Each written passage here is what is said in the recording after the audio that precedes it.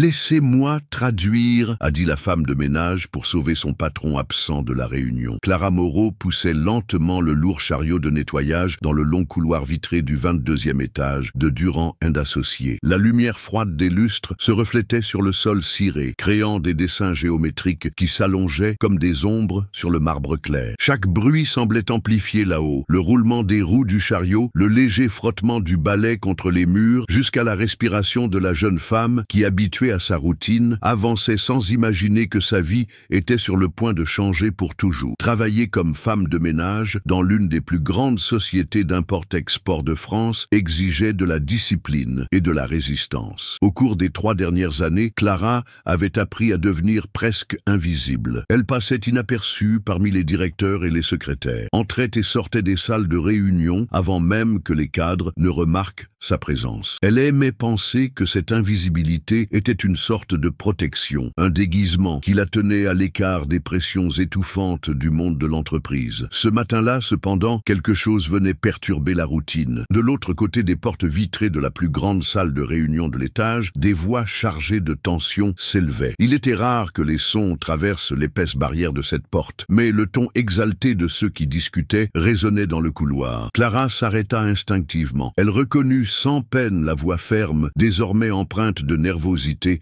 d'Antoine Durand, le président de l'entreprise. Chaque mot qu'il prononçait était empreint d'impatience et d'inquiétude. Elle avait déjà entendu cet homme parler à plusieurs reprises, généralement d'un ton calme et autoritaire. Mais aujourd'hui, il y avait quelque chose de différent, quelque chose qui s'apparentait au désespoir. Clara resta immobile pendant quelques instants, écoutant attentivement. Elle entendit également la voix affolée d'Isabelle, la secrétaire de direction, expliquant qu'aucun traducteur professionnel n'avait répondu à l'appel d'urgence. Les tentatives pour contacter des agences de traduction avaient échoué, et les minutes s'écoulaient comme des lames invisibles, réduisant à néant les chances de sauver une négociation d'1 milliard d'euros. Le silence entre chaque phrase était lourd, comme si le poids de 80 millions d'euros pesait sur l'air raréfié de la pièce. Poussée par la curiosité, Clara s'est avancée vers la porte et a jeté un coup d'œil discret à travers la large vitre. La scène qui se déroulait devant elle avait la grandeur d'un théâtre. Au centre de la pièce, une table ovale brillait sous la lumière des lampes encastrées. Tout autour, des hommes et des femmes en costumes élégants échangèrent des regards inquiets. De l'autre côté, 5 cadres japonais maintenaient une posture impeccable, les mains posées devant eux et l'expression oscillant entre la patience et la froideur. Leurs regards, cependant, indiquaient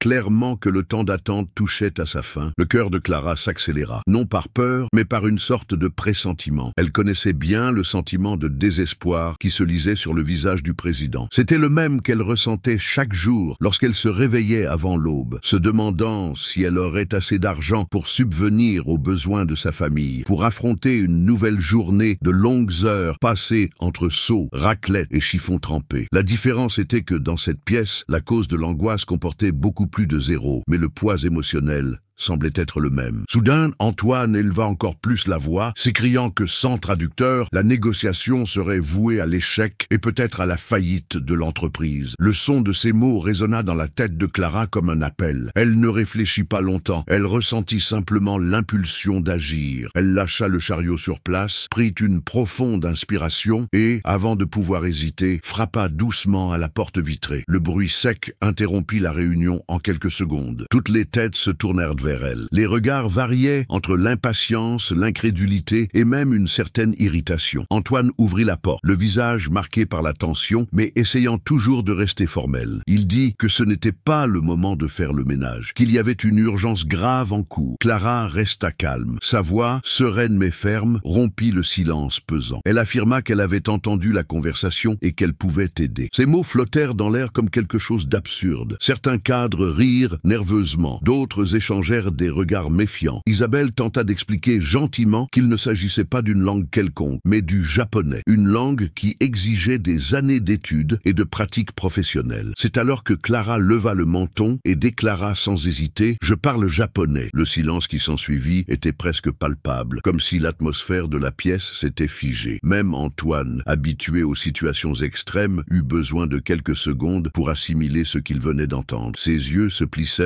comme s'il voulait voir en cette femme, toujours invisible derrière ses seaux et ses balais, quelque chose qu'il n'avait jamais remarqué en 3 ans. Déterminée, Clara fit un pas en avant. Elle se tourna directement vers les investisseurs japonais et prononça quelques phrases dans leur langue, d'un ton naturel, avec une cadence précise. De l'autre côté de la table, les 5 hommes se regardèrent, surpris. Puis, ils répondirent avec des expressions de soulagement et même d'enthousiasme. C'était comme si, en quelques secondes, la femme qui était entrée dans une tenue simple s'était transformée en pièce essentielle pour sauver toute la négociation. Le choc fut général. La barrière de l'invisibilité venait de tomber. Clara n'était pas seulement l'employée discrète qui passait inaperçue au fond des couloirs. Devant tout le monde, elle révéla une facette inattendue, puissante et indispensable. Antoine a encore essayé de lui demander, presque sans y croire, ce qu'elle avait dit exactement aux Japonais. Clara a répondu sereinement qu'elle leur avait simplement expliqué qu'elle travaillait dans l'entreprise et qu'elle pouvait servir d'interprète jusqu'à ce qu'ils résolvent le problème. Alors que la déclaration de Clara, selon laquelle elle parlait japonais, résonnait encore dans la pièce. La tension s'est transformée en incrédulité. Des cadres habitués à mener des négociations portant sur des millions qui perdaient rarement leur sang-froid se trouvaient désormais face à une femme en uniforme simple dont la présence s'était jusqu'alors limitée à des allées et venues discrètes avec des seaux et des chiffons. Les regards étaient dubitatifs, presque provocateurs, comme si tout le monde s'attendait à ce qu'elle se contredise à tout moment. Isabelle, toujours soucieuse de respecter le protocole, prit une profonde inspiration et, essayant d'apaiser la situation, expliqua à voix basse qu'il ne pouvait pas risquer une négociation d'une telle importance avec quelqu'un sans certification, sans références officielles, sans l'aval d'une carrière consacrée à la traduction. C'était pour le moins risqué. Clara, cependant, ne se laissa pas déstabiliser. Son regard restait ferme et son attitude dégageait une dignité tranquille, comme si elle portait en elle une confiance silencieuse, acquise au fil d'années d'études et d'une expérience non reconnue. Elle ne contesta pas les doutes de la directrice des ressources humaines, mais proposa une solution. Elle dit qu'elle pouvait faire un test immédiat en traduisant un document technique, si cela pouvait aider à dissiper toute incertitude. Le silence s'installa à nouveau. Antoine, qui n'arrivait toujours pas à croire ce qui se passait, prit un épais contrat posé sur la table. C'était un document dense, rempli de termes logistiques et de réglementations douanières. Il le posa devant Clara, presque comme quelqu'un qui teste un candidat lors d'un examen impossible. Elle saisit le contrat à 2 mains et le feuilleta pendant quelques minutes. Ses yeux bougeaient rapidement, absorbant les paragraphes chargés de termes techniques. Ceux qui l'observaient ne voyaient qu'une femme simple, mais à l'intérieur, Clara activait toutes les connaissances accumulées au fil des ans. Elle se souvenait de ses lectures, de ses études solitaires, des cours qu'elle avait donnés à l'université avant que sa vie ne prenne une autre direction. Lorsqu'elle se mit à parler en japonais, la pièce se figea à nouveau. Sa voix ferme traduisait avec précision non seulement les mots, mais aussi les concepts, les subtilités juridiques et économiques, le poids de chaque expression formelle. C'était comme si cette langue, étrangère à tous les autres, était soudain devenue familière grâce à elle. Les cadres japonais se penchèrent légèrement en avant, attentifs. L'un d'eux l'interrompit pour lui poser une question précise sur les réglementations douanières, un sujet très complexe. Clara ne se contenta pas de traduire la question en français. Elle y répondit elle-même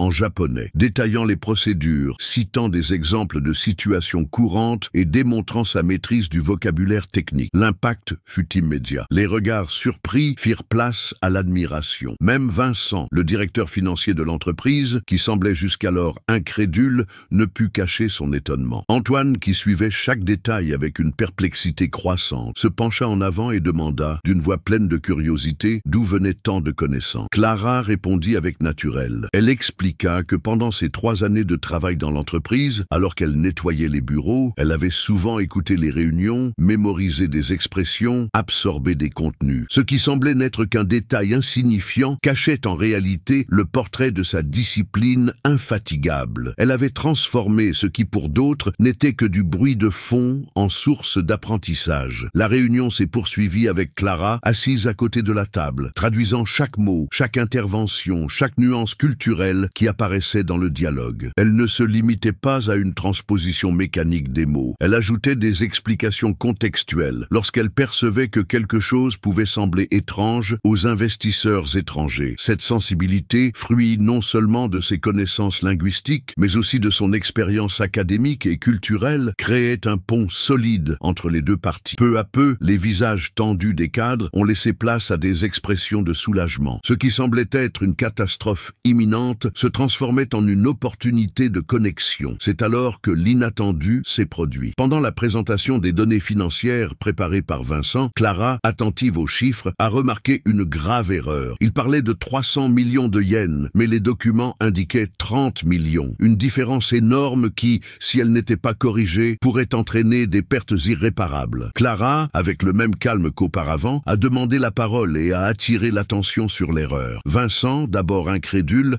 a rapidement vérifié les chiffres et est devenu pâle. L'erreur était là, évidente aux yeux de tous. L'entreprise avait failli mettre en péril non seulement la négociation, mais aussi sa propre survie financière. Antoine prit une profonde inspiration, essayant d'assimiler ce qui venait de se passer. Non seulement la femme de ménage s'était révélée polyglotte, mais elle était également une gardienne attentive de la précision et de la crédibilité de l'entreprise. Les investisseurs japonais, réalisant que la femme avait évité un désastre, échangèrent des signes d'approbation, certains manifestant même un respect évident pour sa sagacité. L'atmosphère, auparavant dominée par la panique, était désormais remplie d'une nouvelle énergie, le sentiment que, contre toute attente, la réunion avait été sauvée. Pendant la pause café, Isabelle s'approcha de Clara, encore impressionnée. Elle voulait comprendre d'où venait cette maîtrise de la langue, quelle était sa véritable formation, quelle histoire se cachait derrière la discrétion avec laquelle elle se présentait chaque jour. Clara, cependant, est restée réservée, se contentant de dire qu'elle avait étudié les langues et que leur apprentissage avait toujours été une passion. Sa réponse laconique n'a fait qu'accroître la curiosité de tous. Lorsque la réunion reprit, il n'y avait plus aucun doute. Clara était la figure centrale. À l'issue de longues heures de négociations intenses, les Japonais soulignèrent la qualité irréprochable de la traduction et lui demandèrent de continuer à travailler avec eux lors des prochaines étapes. Antoine, en regardant Clara, ne la voyait plus du même œil. La femme invisible était devenue une professionnelle indispensable. Le premier jour où elle avait osé lever la main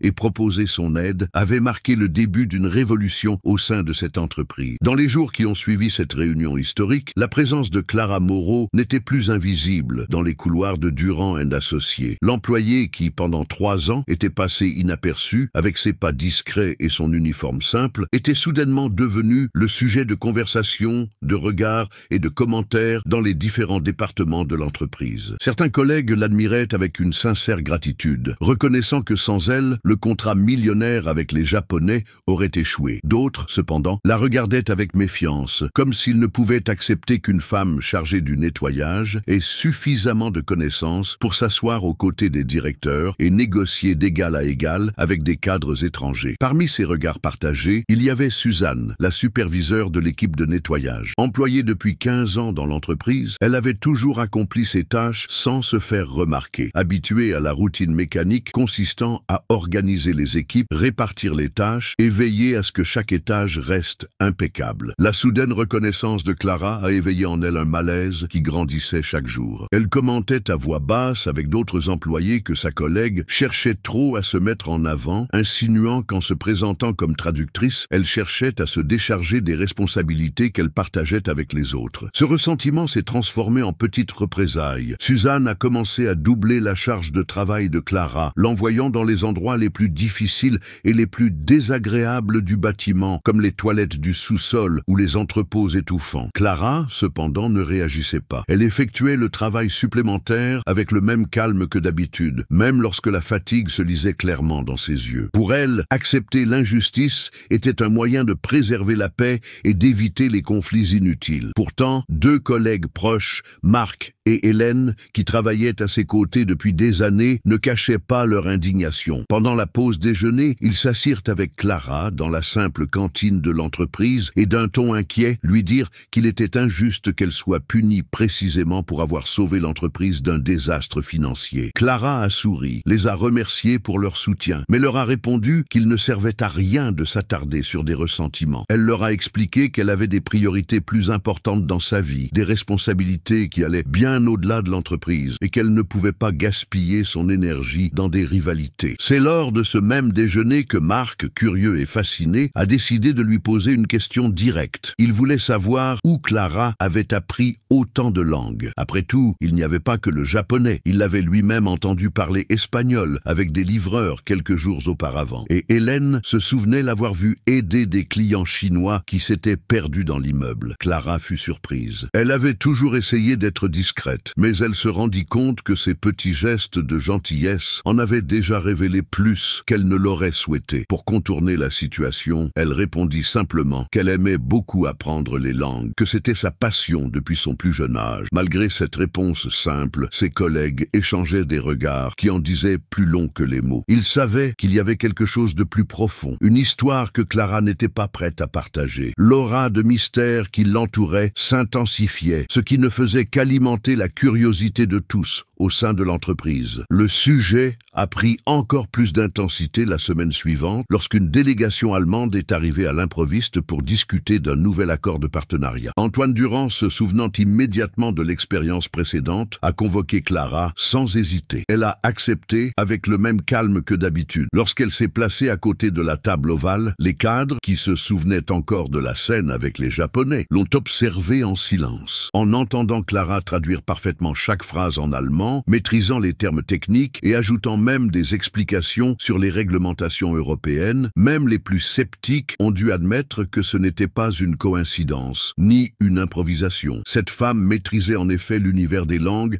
avec un naturel rare. À ce moment-là, un détail a changé le cours des choses. Julien, un jeune assistant marketing, a eu l'idée d'enregistrer discrètement quelques extraits de la réunion. Il les a ensuite publiés sur le profil officiel de l'entreprise sur un réseau social professionnel. Une employée multitâche qui représente notre entreprise au plus haut niveau. En quelques heures, la vidéo s'est répandue parmi les employés, suscitant une vague de commentaires. Certains louaient le talent et l'humilité de Clara. D'autres réagissaient avec méfiance, comme si son ascension soudaine était un affront à la hiérarchie établie. C'est alors que la plus grande surprise est arrivée. À la fin de cette même semaine, une fillette d'environ 10 ans est entrée dans le hall de l'immeuble et a demandé à parler à Clara. C'était Camille, la fille de l'employé. Anxieuse, elle a exigé de la voir immédiatement. Lorsqu'elle l'a enfin trouvée, l'enfant, ému, lui a révélé qu'elle avait vu la vidéo sur les réseaux sociaux et que toute l'école parlait de sa mère. Clara, sans comprendre, a tenté de la rassurer, mais la fillette, en larmes, a dit qu'elle ne supportait plus de la voir s'humilier en travaillant comme femme de ménage alors qu'elle avait en réalité un diplôme universitaire et avait été professeure de linguistique. Les paroles de Camille ont résonné dans le hall de l'entreprise comme une révélation impossible à contenir. Les employés qui passaient par là se sont arrêtés, attentifs, et bientôt un cercle de regards curieux s'est formé. Antoine, qui traversait le hall par hasard à ce moment-là, a également entendu. Le secret de Clara était dévoilé. Le voile de l'invisibilité avait été complètement arraché. Et maintenant, tout le monde savait. Derrière l'image de la femme en uniforme se cachait une universitaire de solide formation. Quelqu'un qui, pour des raisons encore inconnues, avait abandonné les salles de classe pour manier les serpillères et les seaux. L'impact fut immédiat. Certains furent impressionnés, d'autres perplexes. Mais pour Clara, ce moment fut douloureux. Sa vie privée, qu'elle avait tenté de protéger pendant des années, était devenue publique en quelques minutes. Sa fille, dans son innocence, avait ouvert une porte qui ne pourrait jamais être refermée. Antoine Durand, encore stupéfait, demanda à Clara de se rendre dans son bureau. Le ton n'était pas celui d'un ordre, mais d'une demande, empreinte d'une curiosité sincère. Clara, quant à elle, prit une profonde inspiration. Elle savait que ce moment arriverait tôt ou tard, mais elle n'avait jamais imaginé qu'il serait révélé de manière aussi soudaine,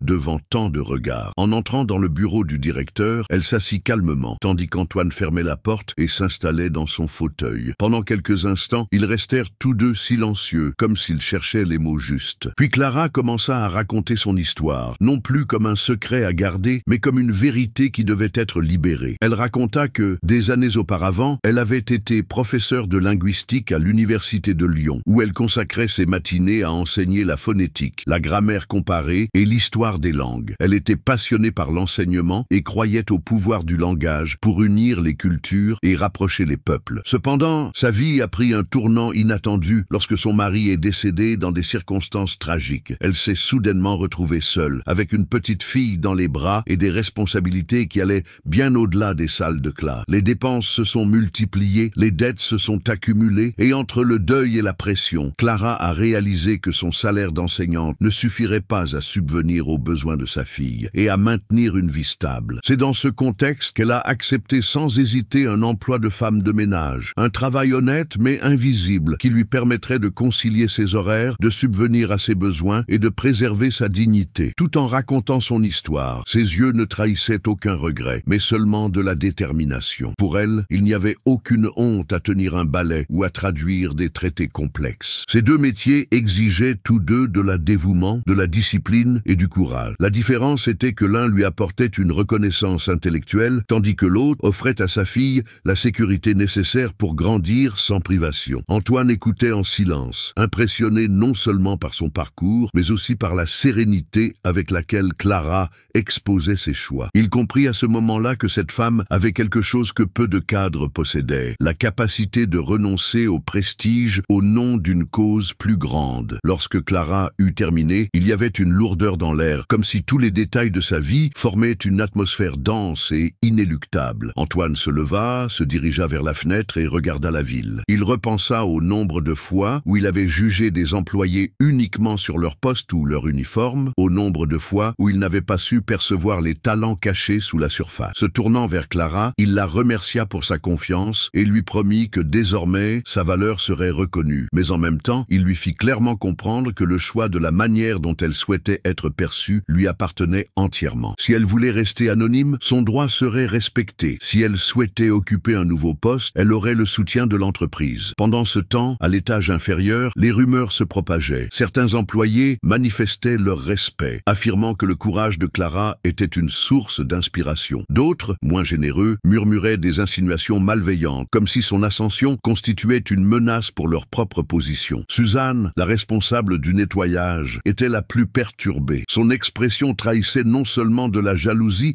mais aussi un profond malaise. Le fait que Clara ait supporté en silence ses humiliations quotidiennes et se soit néanmoins révélée être une universitaire prestigieuse faisait passer sa propre attitude pour mesquine et insignifiante. Ce soir-là, en rentrant chez elle, Clara trouva Camille endormie sur le canapé, les yeux encore gonflés par les larmes. La petite fille se sentait coupable d'avoir exposé sa mère devant tout le monde, mais Clara l'enveloppa dans une étreinte silencieuse et affectueuse, lui rappelant que tôt ou tard, la vérité finit toujours par éclater au grand jour. « Ne t'inquiète pas, ma fille, lui dit-elle avec tendresse. Tout ce que j'ai fait, je l'ai fait pour toi. Et si maintenant le monde sait qui je suis, c'est peut-être parce qu'il est temps d'arrêter de se cacher. » Ces mots marquèrent un nouveau chapitre dans sa vie. À partir de ce moment-là, Clara sut qu'elle ne pourrait plus se réfugier dans l'anonymat. La vérité, avec toute sa force, avait traversé les murs de l'entreprise et s'était répandue parmi ceux qui ne voyaient en elle qu'une ombre auparavant. Il était temps de décider si elle allait continuer à vivre entre deux mondes ou si elle allait assumer une fois pour toutes sa pleine identité, non seulement celle de l'employé dévoué, mais aussi celle de l'intellectuel, de la professeure, de la femme qui, malgré la douleur, n'avait jamais cessé de croire au pouvoir transformateur du langage. Et ainsi, le lendemain matin, lorsque Clara franchit à nouveau la porte principale de Durand & Associés, elle remarqua que chaque pas résonnait différemment. Les regards qui la suivaient n'étaient plus indifférents, mais reconnaissants, même s'ils étaient mêlés de curiosité, de respect et même d'envie. Elle savait que ce serait le début d'un nouveau voyage, plus difficile, mais aussi plus authentique. Chaque fois qu'il fermait les yeux, Antoine voyait le visage de Clara dans son bureau, ferme mais serein, tandis qu'elle racontait son histoire. Il se souvenait du calme avec lequel elle parlait de sa perte, de sa décision de renoncer à sa carrière universitaire pour sa fille, du courage silencieux qu'il avait soutenu au fil des ans. Et cela le troublait, car cela l'obligeait à se regarder en face. Il ressentait un malaise qu'il ne pouvait dissimuler. Pendant des décennies, il avait construit son identité sur l'idée du pouvoir, de la réussite financière, du leadership incontestable. Et maintenant, face à une simple employée qui se révélait plus intègre que beaucoup de ceux qui l'idolâtraient, il se sentait sentait petit, presque fragile. Ses pensées le ramenaient au début de son propre parcours. Il se souvenait de sa jeunesse, encore incertain, essayant de prouver à son père qu'il était capable de reprendre le flambeau familial. Il avait passé des nuits blanches à étudier des chiffres, des rapports et des stratégies pour ne pas laisser l'échec entacher son nom. Cependant, au fil du temps, Antoine s'était éloigné de plus en plus de l'essence même de qui il était. Le pouvoir que lui conférait sa position lui avait donné un bouclier, mais aussi un masque. Et il se demandait maintenant s'il n'avait pas perdu une partie de lui-même dans cette quête. Voir Clara lutter si dur pour gagner sa vie sans jamais renoncer à ses principes le faisait se demander si, au fond, il n'avait pas troqué son authenticité contre un statut social. Ce dilemme le rongeait. Une partie d'Antoine voulait valoriser Clara, peut-être même l'inviter à assumer un poste à plus grande responsabilité, reconnaissant ainsi officiellement son talent. Mais une autre partie de lui craignait les répercussions d'une telle décision. Comment les autres directeurs réagiraient-ils? Comment justifieraient-ils d'avoir ignoré ce talent pendant si longtemps? Et surtout, quel message enverrait-il en permettant à quelqu'un, jusqu'alors invisible, de se mettre en avant devant tout le monde? Il savait que l'admiration pouvait rapidement se transformer en ressentiment et que le fragile équilibre de son leadership pourrait s'effondrer. Alors qu'il arpentait son appartement, incapable de dormir, Antoine regarda par la fenêtre et contempla la ville illuminée. Les gratte-ciel reflétaient des lumières de la nuit comme des colosses de verre, symbole d'une modernité qu'il avait contribué à construire. Mais en regardant ces structures imposantes, il sentit que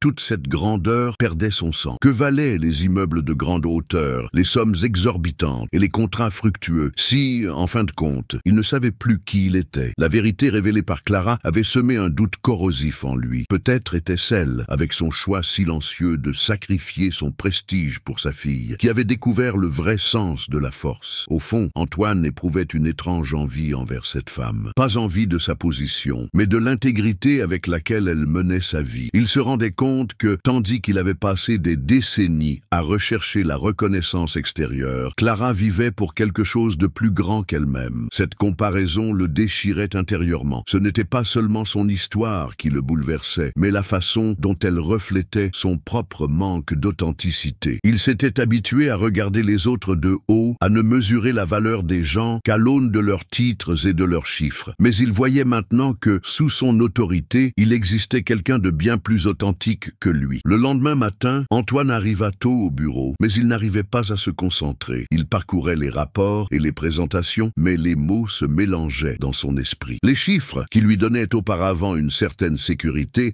lui semblaient désormais froids, incapables de répondre aux questions qui le rongeaient. Il savait qu'il devait prendre une décision, mais quel que soit le chemin qu'il choisirait, il devrait se confronter à lui-même. Et c'était là le véritable défi. Pas Clara, pas les employés, pas les directeurs, mais le miroir dans lequel il se regardait chaque matin. À la fin de la journée, seul dans son bureau, Antoine comprit que ce conflit ne serait pas résolu par une décision précipitée. C'était un processus qui exigerait du courage pour reconnaître ses propres défauts, pour démanteler le masque d'autorité qu'il s'était construit et peut-être se permettre d'être, pour la première fois depuis de nombreuses années, vulnérable. Il savait que Clara n'avait pas demandé de reconnaissance. Tout ce qu'elle avait toujours voulu, c'était vivre dans la dignité. Et peut-être, pensa-t-il, était-ce exactement ce qui lui manquait. La révélation concernant Clara ne resta pas confinée au mur du bureau d'Antoine. La nouvelle, comme un vent soufflant dans les couloirs silencieux, se répandit parmi les employés, les secrétaires, les stagiaires et les directeurs, chacun interprétant l'histoire à travers son propre prisme. L'atmosphère de Durand & Associés, habituellement marquée par des conversations rapides et des objectifs pragmatiques, s'est transformée en un espace de regard curieux et d'attente contenue. Nul besoin d'explications formelles. L'énergie collective avait changé. Et au cœur de cette transformation se trouvait la silhouette discrète de la femme qui jusqu'alors était invisible. Au début, beaucoup n'y croyaient pas. Pour certains, il était impossible d'associer l'image de Clara, toujours discrète dans son attitude et dévouée à des tâches apparemment banales, à quelqu'un qui avait autrefois brillé dans le monde universitaire. Pour d'autres, l'incrédulité se mêlait à une étrange admiration. C'était comme s'ils réalisaient soudainement que ce qu'ils jugeaient insignifiant avait un poids de dignité et de force qu'ils n'avaient pas osé imaginer. Le simple fait qu'elle soit restée dans l'entreprise, s'occupant quotidiennement de tâches modestes, alors qu'elle aurait pu chercher une autre voie, suscitait une réflexion dérangeante. Dans quelle mesure jugeait-il les gens uniquement sur leur apparence? Parmi les dirigeants, les réactions réactions ont été diverses. Certains se sont montrés inquiets, presque gênés à l'idée d'avoir passé des années à sous-estimer une présence si proche. D'autres craignaient que la valorisation de Clara ne menace des positions déjà établies, générant une lutte voilée pour la reconnaissance. D'autres, cependant, voyaient dans cette histoire un rappel puissant de ce que l'entreprise elle-même semblait avoir oublié, que les véritables talents ne se mesurent pas seulement par des titres, mais aussi par la résilience, l'éthique et l'authenticité. Ce contraste entre crainte et admiration créait un climat de tension, comme si chaque mot prononcé dans les couloirs avait une signification plus profonde qu'il n'y paraissait. Parmi les employés de base, l'impact était encore plus intense. Beaucoup s'identifiaient à Clara, voyant en elle le reflet de leur propre lutte silencieuse. Certains se souvenaient des nuits où ils avaient travaillé après l'heure sans être reconnus, ou des fois où ils avaient sacrifié leurs rêves personnels au nom de la survie. Pour eux, Clara n'était pas seulement une collègue, elle était devenue un symbole de résistance, la preuve que la dignité pouvait s'épanouir même dans des conditions difficiles. Certains commentaient à voix basse que, pour la première fois, ils étaient fiers d'appartenir à cette entreprise parce que quelqu'un comme elle était enfin devenu visible. Mais tout le monde n'a pas accueilli cette révélation avec enthousiasme. Certains ont considéré cette histoire comme une menace pour l'ordre établi, comme si la simple idée qu'une employée sous-estimée puisse avoir un passé glorieux ébranlait la logique hiérarchique qui soutenait l'organisation. Pour eux, Clara devait rester où elle était, sans recevoir plus d'attention que nécessaire. Le malaise venait de la perception que la valorisation d'une personne comme elle pouvait révéler à quel point le système de reconnaissance de l'entreprise était défaillant, et peu étaient prêts à affronter cette vérité. Pendant ce temps, Clara, inconsciente du brouhaha grandissant, restait fidèle à sa routine. Elle ne cherchait ni applaudissements, ni reconnaissance. Elle continuait à accomplir ses tâches avec le même dévouement que toujours. Mais il y avait désormais quelque chose de différent dans son attitude. Les regards qui la traversaient auparavant, comme si elle était invisible, la suivaient désormais. Certains avec un respect sincère, d'autres avec méfiance, d'autres encore avec un mélange de curiosité et de perplexité. Ce changement de perception, bien que non exprimé verbalement, rendait l'atmosphère dans les couloirs plus dense, comme si tout le monde s'attendait à ce que quelque chose d'important se passe. Antoine percevait l'impact de tout cela. Lors des réunions, il remarquait la façon dont certains directeurs détournaient le regard chaque fois que le nom de Clara était mentionné, et observait comment les jeunes employés la regardaient avec une admiration presque silencieuse. Il comprenait que, indépendamment de sa volonté, l'histoire avait déjà dépassé les limites de son autorité. Clara était devenue involontairement un symbole. Et les symboles, une fois créés, ne peuvent être contrôlés. L'entreprise, auparavant uniquement motivée par les résultats et les objectifs financiers, commençaient à se transformer. Des conversations plus humaines s'engageaient, des réflexions sur l'importance de reconnaître ceux qui étaient souvent laissés de côté. Il ne s'agissait pas seulement de Clara, mais de ce qu'elle représentait. Le rappel que chaque personne porte en elle un univers d'expériences invisibles. Pour la première fois depuis des années, Antoine voyait son entreprise réfléchir à des valeurs qui allaient au-delà des contrats et des chiffres. Et pourtant, derrière cette atmosphère de renouveau, il y avait aussi une tension latente. L'histoire de Clara avait réveillé des sentiments ambigus qui pouvaient aussi bien conduire à un renforcement collectif qu'à des ruptures internes. Tout dépendait de la manière dont la direction allait gérer ce moment. Antoine en était conscient. Il savait qu'il ne suffisait pas d'admirer en silence le courage de Clara. Il fallait prendre position. Mais tandis que les couloirs de Durand et associés vibraient d'une énergie nouvelle et d'anciennes craintes, la décision restait en suspens, comme une ombre qui planait sur tout le monde. Elena, jusqu'alors, n'était qu'une jeune fille qui cherchait à comprendre le monde qui l'entourait avec le regard curieux et impatient de celle qui découvrait encore la vie dans toute son intensité. Sa relation avec sa mère avait toujours été marquée par un mélange d'admiration et de mystère. Clara, bien que présente, n'avait jamais révélé en profondeur les douleurs du passé, préférant transmettre à sa fille uniquement les leçons les plus subtiles de résilience, d'humilité et de courage silencieux. Elena a grandi sans avoir pleinement conscience de l'ampleur de ce que sa mère avait traversé. Pour elle, Clara était une femme travailleuse, dévouée, discrète, qui menait sa vie avec fermeté, mais sans jamais réclamer d'attention. Lorsque les histoires sur sa mère ont commencé à circuler dans l'entreprise et sont inévitablement parvenues jusqu'à elle, Elena a été submergée par une vague de sentiments contradictoires. Au début, elle était incrédule. Comment sa mère, cette femme qui avait toujours évité de parler de son passé, pouvait-elle avoir un parcours qui suscitait désormais le respect et même une certaine certaine crainte chez ceux qui l'ignoraient auparavant. Il y avait un choc profond entre l'image qu'elle avait d'elle dans son intimité et celle qui apparaissait désormais aux yeux de tous. Mais juste après la surprise, quelque chose d'encore plus puissant est apparu, la fierté. La fierté de savoir que cette femme, si souvent sous-estimée, était en réalité un exemple de force que le monde commençait seulement à reconnaître. Cette fierté n'était toutefois pas sans poids. Elena se rendit compte qu'en même temps qu'elle acquérait une nouvelle vision de sa mère, elle commençait également à ressentir la responsabilité d'être à la hauteur de cet héritage. L'histoire de Clara n'était pas seulement la sienne, mais faisait désormais partie du destin de sa fille. C'était comme si Elena avait hérité non seulement des traits physiques, mais aussi d'une vocation silencieuse à être aussi forte que sa mère l'avait été dans les moments difficiles. Cette prise de conscience la troublait. Elle se voyait reflétée dans un miroir qui lui montrait non seulement des possibilités,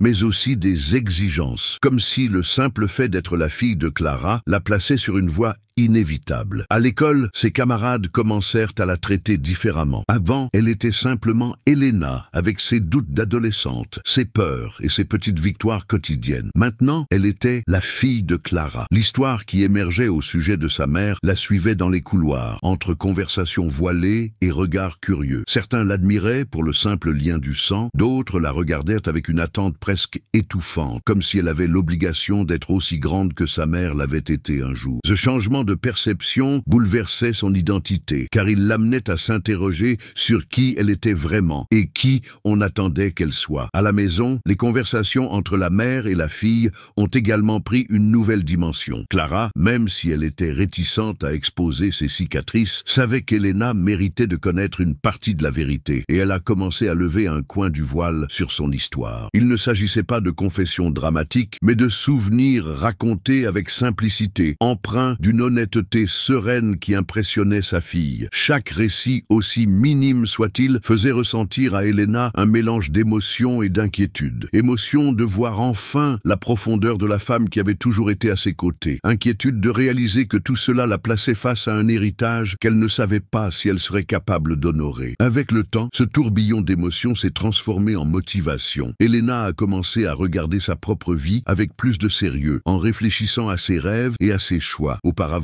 son parcours semblait vague, marqué par les indécisions propres à la jeunesse. Désormais, elle sentait qu'elle devait trouver un but plus grand, quelque chose qui rende justice à la force silencieuse de sa mère. Il ne s'agissait pas d'imiter Clara, mais de poursuivre son exemple d'une autre manière, en trouvant une voie qui soit authentique et sincère. Cet éveil, bien que douloureux, lui a apporté une maturité précoce, comme si en quelques mois elle avait traversé des années d'apprentissage. Cependant, parallèlement à cette croissance, il y avait aussi le risque de se perdre dans les attentes extérieures. Elena sentait le poids des regards qui n'étaient pas les siens, des exigences qui venaient de l'extérieur. Et c'est à ce moment-là que le lien avec sa mère s'est révélé encore plus important. Clara, percevant l'inquiétude de sa fille, s'est attachée à lui rappeler qu'elle n'avait pas apporté le poids de son histoire comme un fardeau. Ce que j'ai vécu m'appartient, ce que tu vivras t'appartiendra. Ces mots, prononcés avec simplicité, étaient à la fois libérateurs et stimulants. Libérateur, car il la libérait de l'obligation d'être une copie de sa mère. Stimulant, car il la mettait face à la tâche de découvrir qui elle était vraiment, sans protection, sans raccourci. L'impact sur Elena fut immense. Non seulement cela changea la façon dont elle voyait sa mère, mais cela transforma également la façon dont elle se voyait elle-même. Pour la première fois, elle sentit que sa vie s'inscrivait dans un récit plus vaste, qui transcendait ses propres limites. Et ce faisant, elle comprit qu'elle n'avait pas besoin d'être l'ombre de Clara, mais plutôt le prolongement de son courage, façonné par ses propres choix. Le fardeau de l'héritage, qui semblait auparavant écrasant, commençait à se transformer en source d'inspiration. Dans le silence de sa chambre, alors qu'elle réfléchissait à tout cela, Elena comprit que le véritable héritage de sa mère ne résidait pas dans des exploits grandioses ou des histoires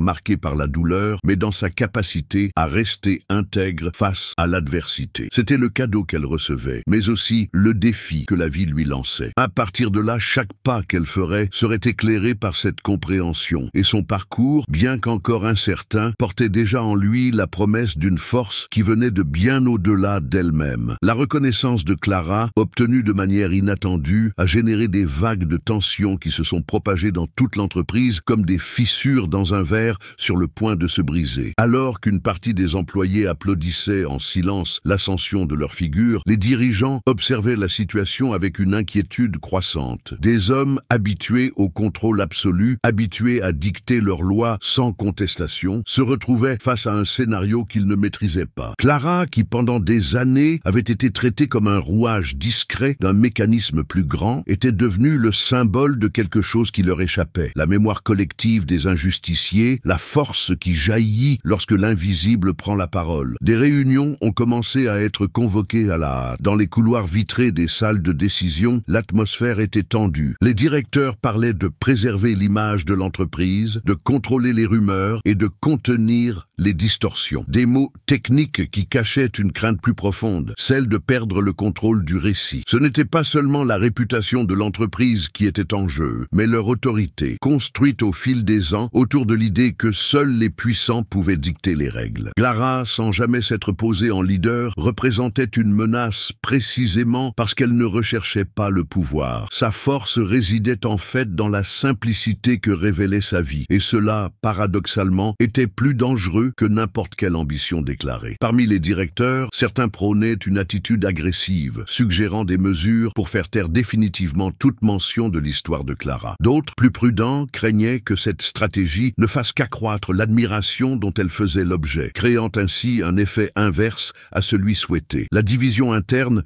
révélait non seulement des styles de gestion différents, mais aussi à quel point la figure de Clara mettait en évidence des faiblesses jusque-là masquées. Pour la première fois depuis longtemps, les directeurs étaient acculés, et ce sentiment de vulnérabilité les irritait profondément. Les discussions se prolongeaient pendant de longues heures. Certains disaient qu'il fallait isoler Clara, réduire sa présence à des tâches insignifiantes, la faire disparaître progressivement du devant de la scène. D'autres parlaient de la transférer dans une autre unité, comme on retire une pièce d'échec pour éviter que la partie ne se complique. Il y avait même ceux qui envisageaient une campagne de diffamation voilée, insinuant que les histoires à son sujet étaient exagérées. Des constructions fantaisistes créées par des collègues impressionnables. Mais au milieu de tous ces plans, il y avait un élément qu'ils ne pouvaient pas contrôler, la perception collective. Une fois éveillée, cette conscience ne pouvait être effacée par de simples ordres. L'admiration pour Clara imprégnait déjà les conversations dans les couloirs, les regards complices échangés pendant les heures de travail, le silence respectueux qui s'installait lorsqu'elle passait. Clara, quant à elle, ne participait pas à ces disputes dans les couloirs du pouvoir, mais elle percevait le changement dans l'air. Le regard froid des directeurs, auparavant indifférent, était désormais empreint d'une rigidité calculée, comme si chacun de ses gestes était évalué à la recherche d'une erreur qui pourrait être utilisée contre elle. Elle savait qu'elle était surveillée, mais elle conservait néanmoins son attitude sereine. Elle avait compris, au fil des ans, que la véritable résistance ne se faisait pas par des gestes explosifs, mais par la constance d'être soi-même, même face à la pression. Le conflit a atteint son paroxysme lorsque les directeurs ont tenté de convoquer une réunion générale pour rétablir l'ordre. L'objectif était clair, montrer leur force, réaffirmer leur autorité, remettre Clara à sa place. Mais ce qui s'est produit était tout le contraire de ce qu'ils espéraient. Au cours de la réunion,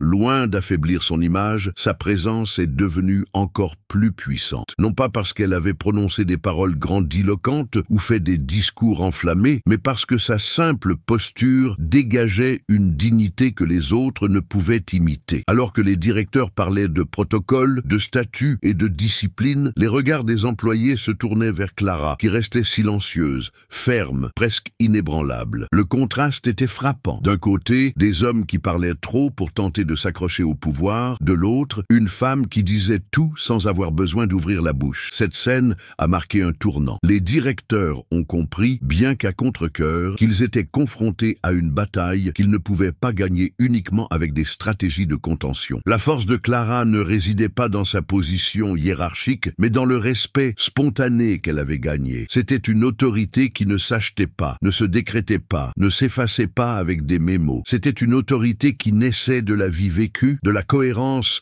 entre ce que l'on est et ce que l'on montre, et c'est précisément pour cela qu'elle était intouchable. Le ressentiment grandissait. Pour les directeurs, chaque geste de Clara semblait être une offense, même involontaire, et plus ils cherchaient des moyens de la rabaisser, plus leur propre faiblesse devenait évidente. suivant. Le conflit n'était pas seulement contre une employée, mais contre leur propre incapacité à faire face à une vérité qui échappait aux règles de la convenance. Au fond, ils craignaient non seulement de perdre le contrôle sur elle, mais aussi de perdre le contrôle sur les autres qui, en voyant Clara, commençaient à remettre silencieusement en question la légitimité de ceux qui occupaient les postes les plus élevés. Ainsi, le conflit entre Clara et les directeurs ne s'est pas traduit par des cris ou des affrontements directs. Ce fut une guerre de présence, de signification, de récit. D'un côté, des hommes désespérés de maintenir intacte une structure qui s'effondrait. De l'autre, une femme qui, sans chercher le conflit, était devenue la pierre angulaire d'un changement inévitable. Et dans ce scénario, il devenait de plus en plus clair que le pouvoir, aussi fort que l'on tente de le contrôler, s'incline toujours devant la vérité vécue avec intégrité.